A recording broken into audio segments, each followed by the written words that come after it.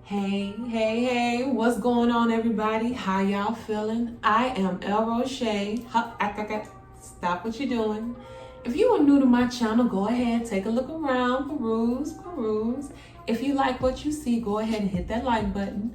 If you really like what you see, go ahead and hit that subscribe button. Hey, my new subscribers, sending love and light and just hugs, X's and O's your way. Thank you so much for really hanging around and y'all chilled a little longer. Y'all stopped by. Well, yeah, the setup's just a little different. We found a spot somewhere in the house. If you've been following me on Instagram, why don't you go ahead and do that too, at Roche. Then you will see that we've been getting a whole lot of work done in our house. Blessings. We gonna get into that a little bit throughout the video. But yeah, we slowly transitioning and moving back in, and it's still work to be done, but that's the beautiful part. And when you get to see the process, be a part of the process, indulge in the process. So we in the dining room, I'm chilling. I got I'm sitting in my grandma chair. I pulled my Zulu. I brought it inside a little bit. We gonna paint and everything else. I'm like, let's bring it all the elements up in here today. We're feeling good. So, speaking of my new subscribers, once again, much love to y'all. There's one young lady in particular, hey Queen. She actually requested this video back in August, and I recorded this is what I do, and this is the problem, okay?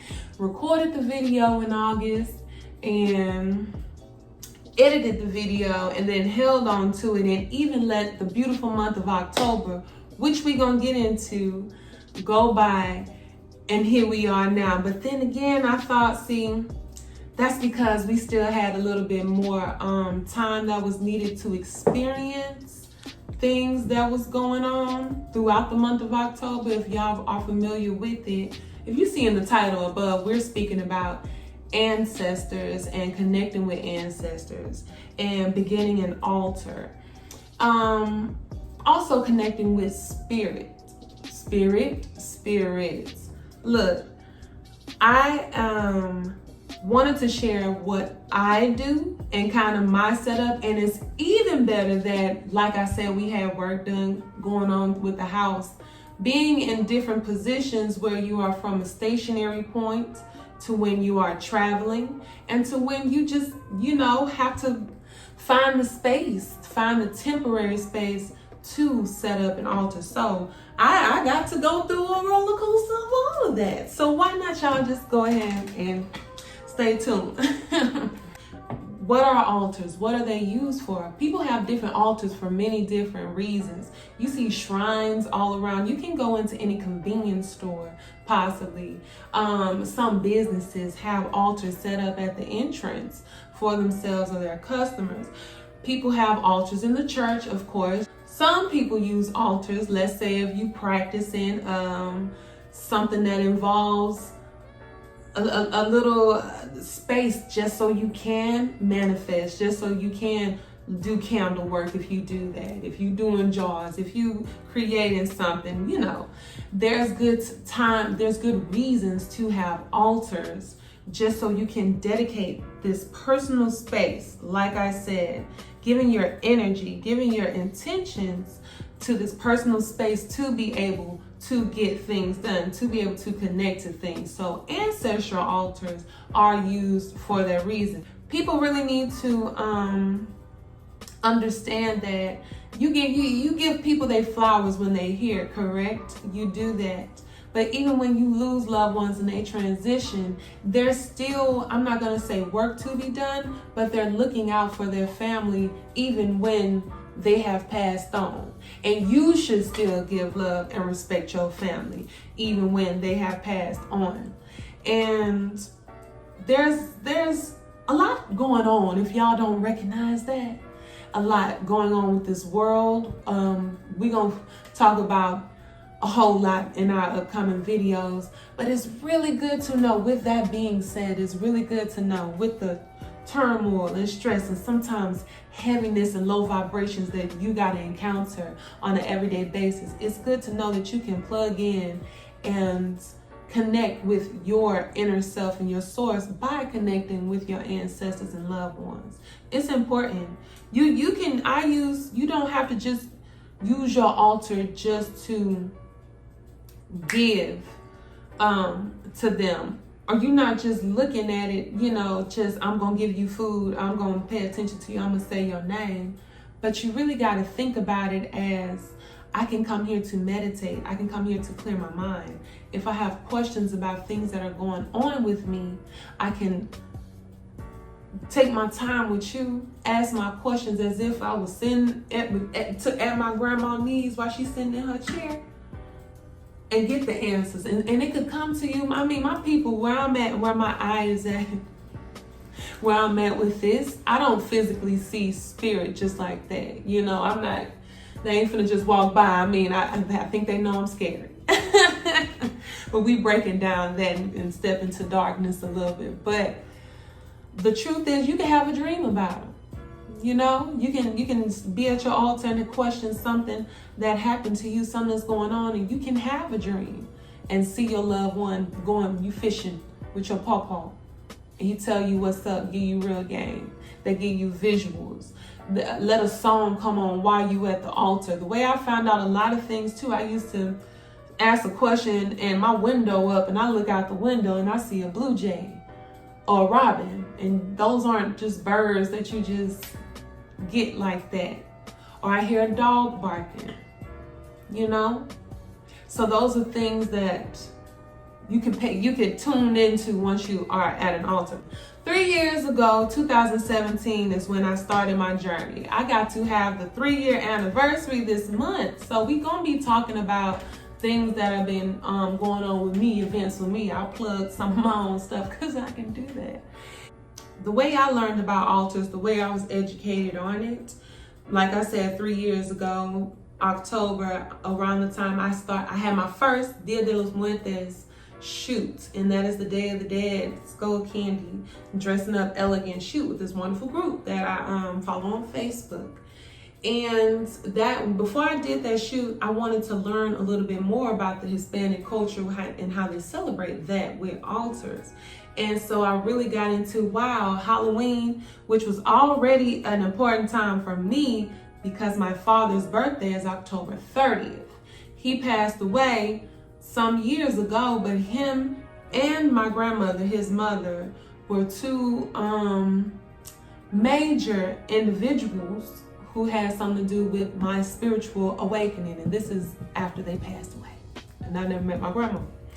So of course, I got the movie Coco came out around that time too. And I really loved it. Shout out to my dog, Coco Chanel. Hey girl. Shout out to my dog, Coco Chanel. But if y'all familiar with the movie Coco, wonderful, wonderful production by Disney. Get into it. It will make you cry. But I really got to see altars. I mean, I even went to a poetry, like slam jam. Shout out Mika Miche, a wonderful poet. She has a radio station here too, podcast you should listen to. But I even went to see her one day, and the community center I was at had theirs set up. So I got a visual of altars, and I was indulging in it because it was beautiful. It's beautiful to be able to connect and give to loved ones, and the flowers and the celebration. It's all wonderful. Check out don't even have to get into it about how I connected with my ancestors. Go ahead and check out that video below. And that is my spiritual awakening video when I talk about synchronicities, which let's get into it. When I talk about my first trip to New Orleans that I had 3 years ago, because that happened soon after I learned about altars and that shoot. Just check that out below, because I get to get my full circle moment, y'all. So it's good, especially being able to speak to y'all today. Back to that's my story behind connecting with altars. If we're gonna get into ancestral specific, this is what I'm getting into. Now you can check my video below too, or wherever I'm gonna put it, whenever I do put it, when I speak about the altar that I have set up for Papa Legba, and different things that I do with that spirit and my different experiences with other Luau. So check that out too. but this specifically is for ancestral altars.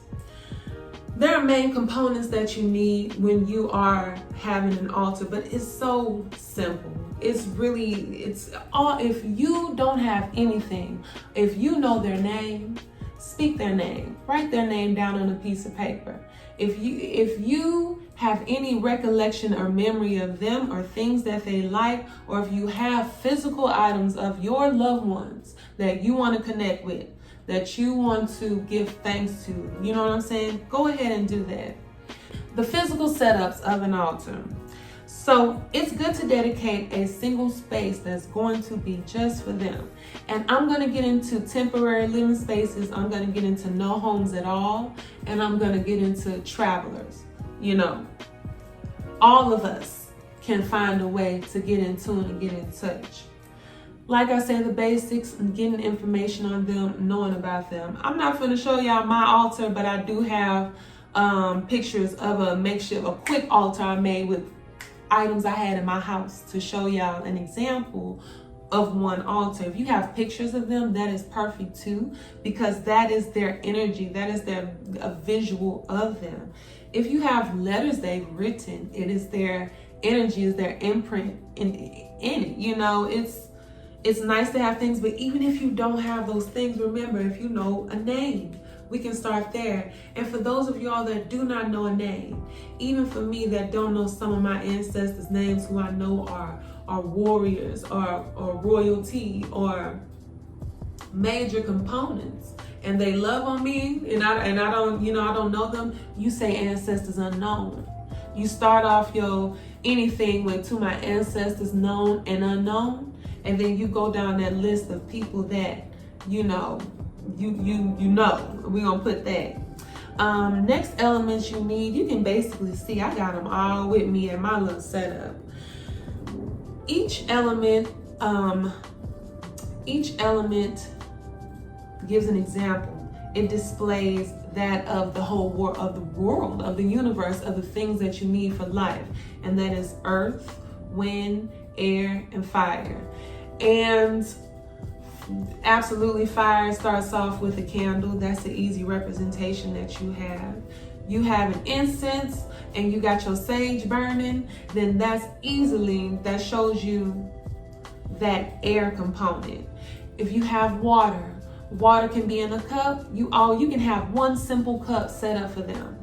Have that going. And I like to have, with earth, I have a plant in water. I have my wonderful. I really had a brain fart. Like, I'm really not giving my baby love like that. But I have this lovely Rose of Jericho in here that Rose of Jericho is a wonderful plant. It's a biblical plant if you really think about it. You can have a simple flower. I have a bamboo at my altar, matter of fact. And I like bamboo because it's easy to keep alive. Just like Rose of Jericho too. Just like my lovely giant Zulu back here, this stays outside.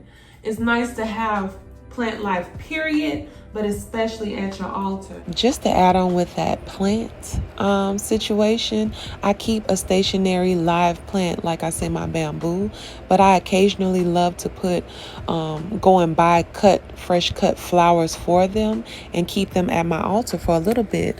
For my sister, her 1 year anniversary of her transitioning is coming up. Her favorite color is yellow. So sometimes I feel like when I put fresh cut flowers, they last so long at the altar, so long. Her birthday was in July, on July 26th, and those flowers stayed until August. It could be because the air conditioner blows directly on the flowers, but I'm just saying, even with crystals and stones, it is okay to find seashells if you're going to the beach. It's okay to find rocks outside that resonate with you. You don't have to go to a metaphysical shop. It doesn't have to be expensive plant life. It can be literally things you step outside and get. Or anything as stones or crystals. Crystals can be used for different things. They have different purposes. Like I have my beautiful pyramid. Oh, and I just love purple anyway, but my amethyst right here. I even have, I keep my obsidian over my tarot cards, which I do use tarot. And we're going to be using this in videos to come. But even when you at your altar, you can have your cards and your crystals and certain things of your own, amulets, gree bags, anything that's yours, you can charge them at your altars too. That's what I'm saying they're used for. It's used for you to get your energy too. So all these different elements represent so much throughout nature, throughout life, in the biblical sense, in the zodiac sense. You need fire. Fire burns things, and it destroys and it creates too. That's something with fire. Spirit is it's the light, coming to the light, like a moth to a flame. The power, there's energy behind fire that's needed. Water is so spiritual. And with Rose of Jericho, I poured water in here, so I let that be my take care of that water part. But spirit moves through water. I'm gonna make a whole video talking about water. Y'all don't understand. Beyonce's doggone Black is King. A lot of the eerie things going on with water, even Lake Erie. Like, we got a lot to break down with water. When you get baptized in water, you get cleansed with water. When we're talking about tarot and you see water in the tarot cards, that's your subconscious. That's spirit. You have a direct connection to spirit when you got that Ace of Cups flowing over. So that's water. And air, I mean, shout out my Geminis and my air signs, but air is about communication and movement. Shout out to Mama Oya, because she been really showing.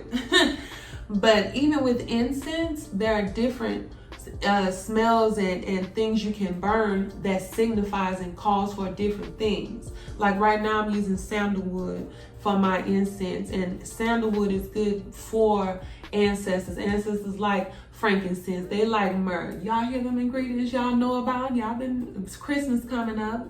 Cinnamon is used for getting things moving real quick, hotness, you know what I'm saying? Sweet and hot, spicy.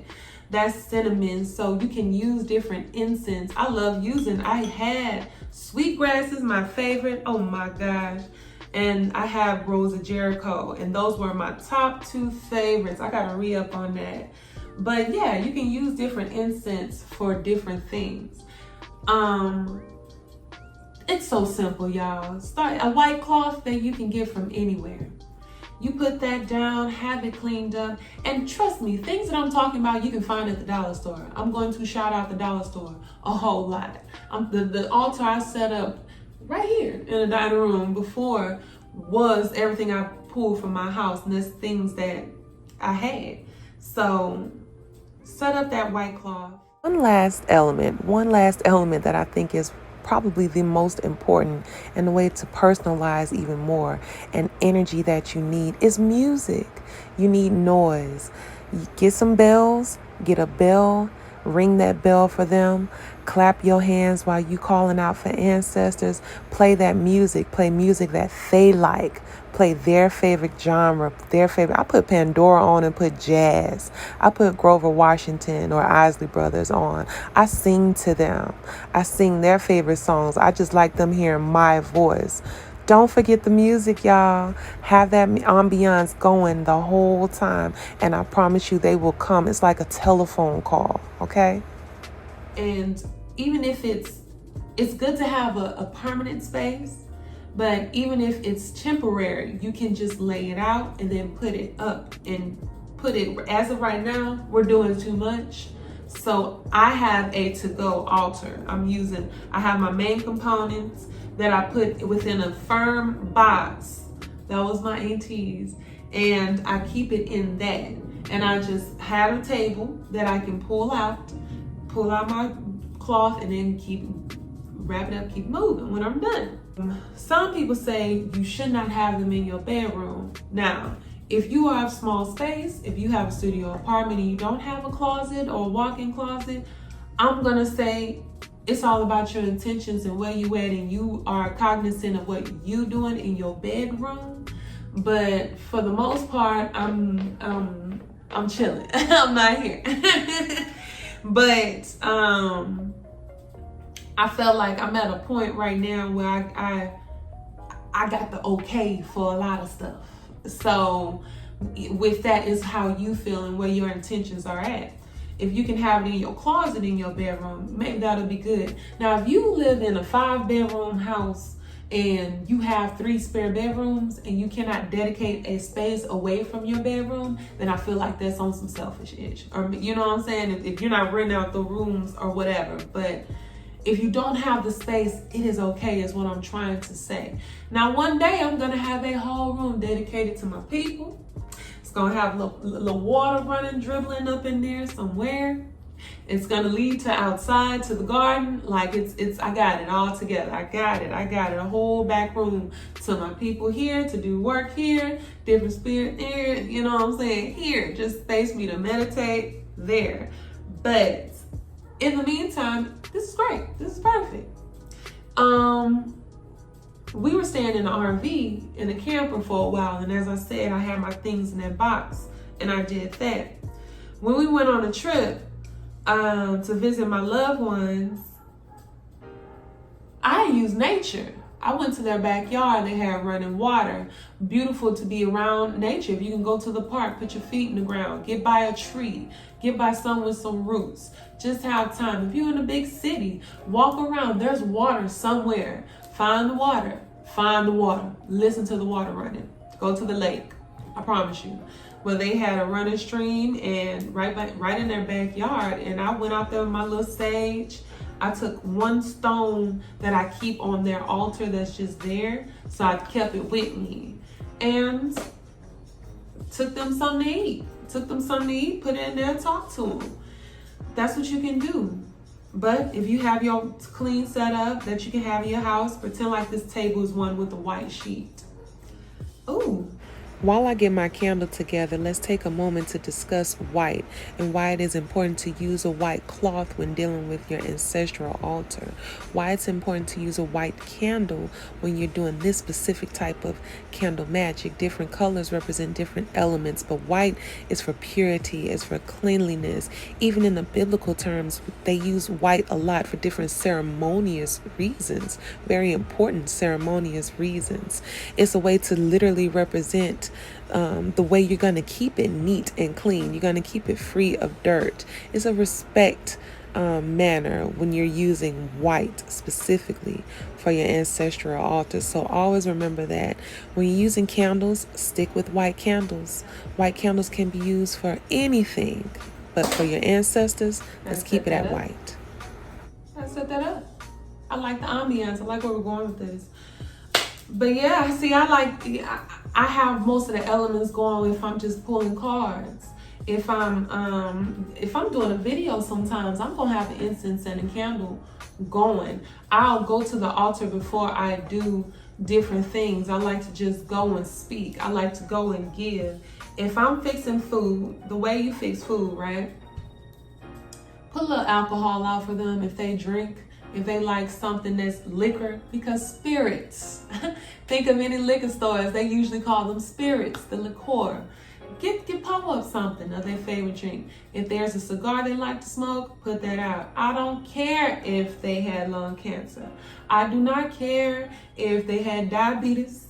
If they like that chocolate, put the chocolate out. Where they're at right now has nothing to do with where you last saw them. Get their faves out for them.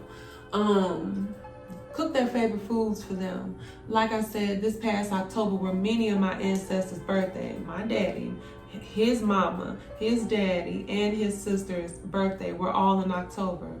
And it's so funny the way I found out my granddaddy's birthday, because I don't know all of their specific birthdays. I know my dad's birthday is on the 30th. The way I found out my granddaddy's birthday, there's a Bible of my grandmother's who my aunt used too. And inside of the Bible, when I opened it, I saw his name on the obituary and it said October 29th. So it was like, bless. When I find new ancestors' names, I add them in. Yes, people pass away, I keep their obituary and I might, lay that out too. So just their memories in mind is what's important. Yeah, feed them, give them energy, pay them out. If you into money, or what do you call it? If you are into Ancestral Money, I'll be sure to add this in. I used to burn it. You call that joss paper, or you call them hell notes, but we call them Ancestral Money. And it's paper that it's a Chinese emperor that's on it, if I can think of his name. But on the classic bills that they had, there's an emperor, and he is over all money, all currency. Money is currency. Currency is energy. Remember that. So you can give that energy to different loved ones, and you get it back in tenfold. Now, that work for you, that work for you. I've stopped incorporating using joss paper within giving to my ancestors, because I'm just at a point right now, I'm just taking a step back. I'm not delving into different walks of religions or cultures or belief systems, because I still, I'm open to that. But as of right now, I'm just focusing more on my direct ancestors and what I think they would want incorporated with their own beliefs, or you know what I'm saying? Like, I'm not knocking baby, because shout out to all my Asians and Chinese. If it works for you, it works for you. But I will say this. I'm gonna say this as a review. Since I stopped doing it, I've been getting paper. I hear that dog barking.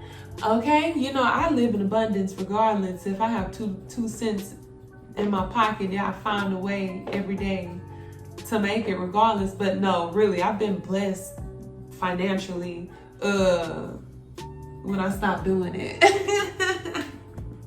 And I left my career a while ago. I left my career in healthcare a while ago.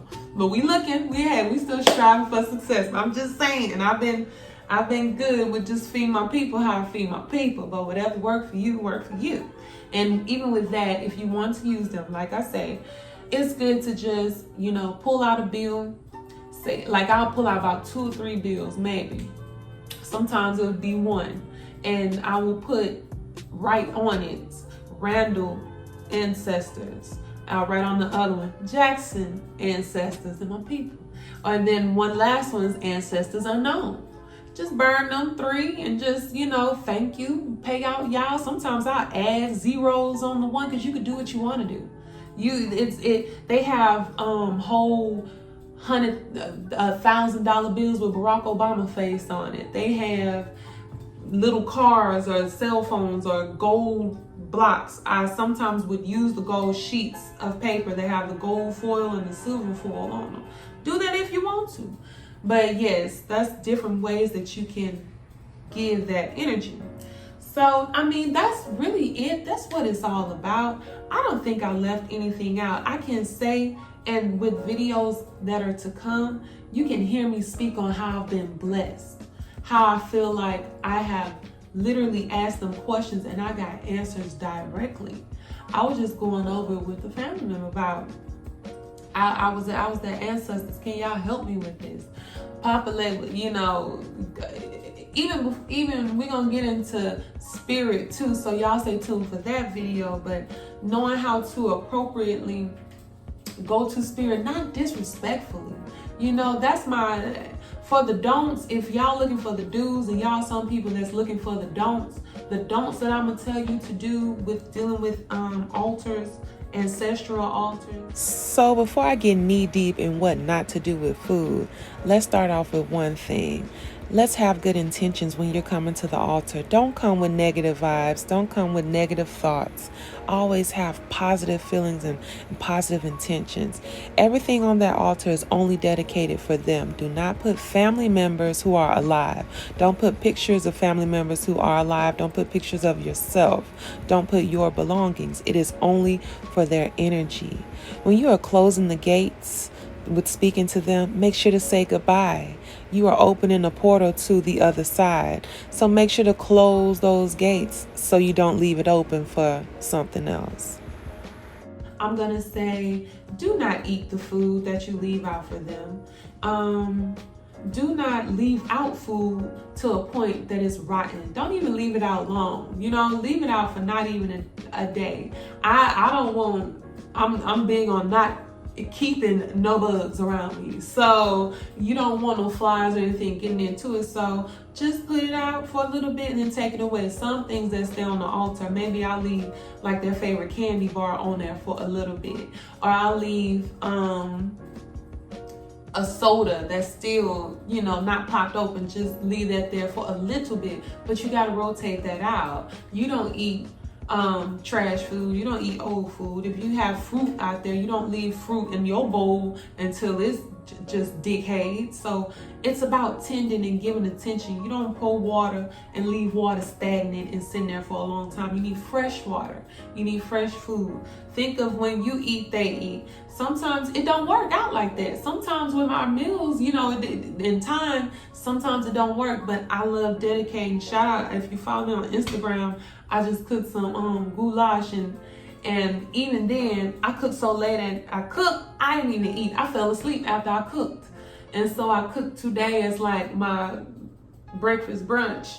And I fed them first before I ate, I wanted to do that before I started this project of me sitting up talking to y'all. I wanted to do that and talk to them and conference with them basically before I came presenting it to y'all. Sometimes I be telling them, I just pray, speak to me, speak through me, because there are things that are going on that I feel like a lot of my ancestors, they could come speak if they want to. They got stuff to say. Other people's ancestors have stuff to say. Sometimes the message gets sent out to my friend, to my partner who my daddy came to her dreams once or twice, and I got messages like that. You never know how spirit is going to connect with you. You never know. So it doesn't hurt to get in tune with your loved ones. I lost a lot of loved ones this year, last year. And you gotta be in a certain headspace. I'm coming up on the anniversary of my sister's transitioning, of my grandmother's, whose lovely chair we sitting in now. Beautiful one, strong women transitioning. Her sister, y'all understand where I'm going with this? And I started this altar thing 3 years ago. COVID is going on. Some of y'all are losing it. There are things, there is spiritual warfare literally going on. I can freely say that. I'm comfortable with saying that. And it does not hurt to feel that groundedness. I feel blessed. I feel loved. I feel like I can speak to them when I need to. My dad transitioned in December. The end of the year it used to suck. But I've never felt so blessed and so happy. I've never felt so in tune. I saw some numbers I needed to see. Okay? So we just gonna wrap up with that, you guys. I really hope that answers a lot of questions. Stay tuned for me getting to actually connecting with certain Lua, certain spirit, and one in particular, which is Papa Legba. And tips or just my experience with it, but also tips on how y'all supposed to go about that anyway. So y'all stay tuned for that video. I hope y'all don't mind the setup we got going on, y'all. We getting it together. But anyway, I am Shay once again. I'm glad to be here with y'all, and I'll get back at you. Bye.